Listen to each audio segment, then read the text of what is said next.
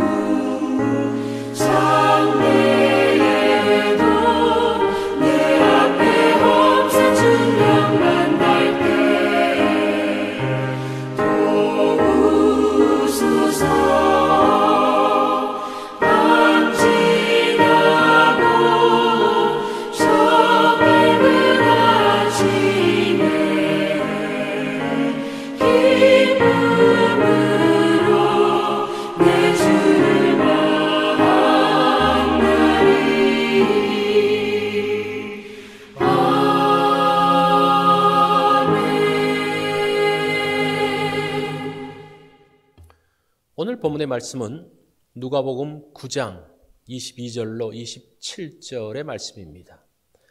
우리 이 말씀 한 절씩 교독합니다.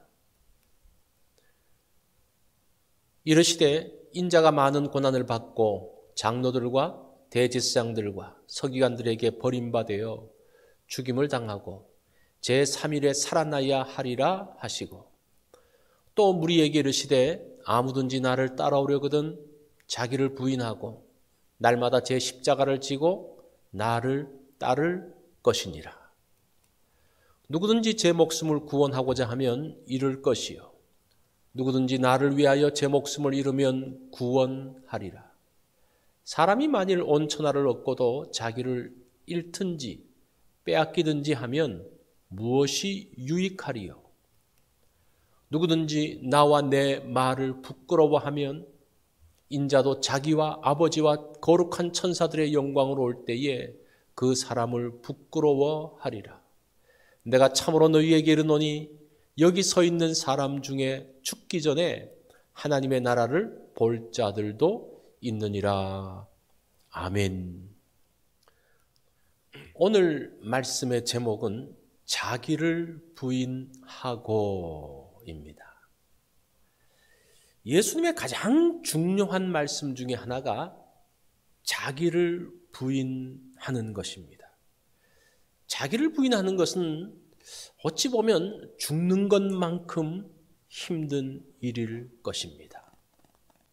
자기를 부인하지 않고는 예수님을 따르지 못합니다. 자기를 부인하지 않고는 자기 십자가를 지지 못합니다. 자기 부인은 자신을 죽여야만 가능합니다. 그럴 때에 주님을 따를 수 있고 자기의 십자가를 질 수가 있습니다. 세상은 자기 주장을 합니다. 자신의 의견을 반드시 통과시켜야 합니다. 그래야 인정받고 자신이 대단한 사람이 되어집니다. 이것이 어떻게 보면 세상 방식입니다. 그러나 하나님 나라의 방식은 조금 다릅니다. 자기 주장에 익숙해 있으면 주님을 따르지 못합니다. 자기 부인은 어찌 보면 이 세상의 용어는 아닌 것 같습니다. 예수님을 따르는 사람들의 삶의 방식입니다. 그것이 예수님의 삶의 방식이기 때문이죠. 예수님은 하나님이십니다. 그런데 자기를 비워 종의 형체를 가지고 사람들과 같이 되셨습니다. 죽기까지 하나님께 복종했습니다. 이것이 빌립보서 2장에 나오는 말씀이죠. 자기 부인이 십자가를 지게 했습니다. 자기 부인이 죄인들을 대속하게 했습니다. 자기 부인이 하나님의 뜻을 이루었습니다. 23절을 보면 아무든지 나를 따라오려거든 자기를 부인하고 날마다 제 십자가를 지고 나를 좇을 것이니라고 말씀하죠. 자기를 부인하는 것은 자존심을 내려놓는 것입니다. 대적하는 자 앞에서 어찌 보면 초라하게 서 있는 것입니다. 고난과 핍박을 받고 버림을 받는 것입니다. 결국은 십자가에 달리는 것입니다. 그렇지만 자기 부인은 무력한 것이 아닙니다. 초라하게 서 있는 것이 아닙니다. 하나님께서 일하게 하시는 것을 따라가는 겁니다. 하나님과 함께 가는 것이 자기 부인의 모습입니다. 자기를 부인하고 죽은 예수님을 하나님께서 살리셨습니다. 하나님은 모든 무릎이 예수 앞에 꿇게 만들었습니다. 지극히 높은 이름을 예수님께 주었습니다. 이것을 통해서 하나님께서 영광을 받으셨습니다. 자기 부인은 나약한 사람의 것이 아닙니다. 하나님께 절대 복종하려는 사람의 모습입니다. 믿음을 가진 사람들의 삶의 방식입니다. 하나님께 소망을 가진 사람이 가는 길입니다. 자, 자기 부인의 삶의 위대함을 오늘 한번 묵상하는 그런 날이 되면 좋겠습니다. 네. 오늘 말씀의 적용입니다. 자기를 부인하는 것은 죽는 것 같은 고통이 있습니다. 자기 부인을 할 때에 주님이 가신 십자가의 길이 비로소 이해됩니다. 자기 부인을 할 때에 하나님의 영광에 들어갈 수 있습니다. 오늘 자기를 부인하는 그러한 시도를 한번 해보시기 바랍니다. 화요일 기도 제목입니다. 이 땅의 정결함을 위하여 기도하는 날입니다. 자기 부인을 통한 정결함. 정결함도 자기 부인의 한 모습입니다. 자, 오늘도 샘터 식구들을 위해서 기도하는 날입니다. 이들의 가정과 일터와 건강을 위해서 기도해 주시기 바랍니다.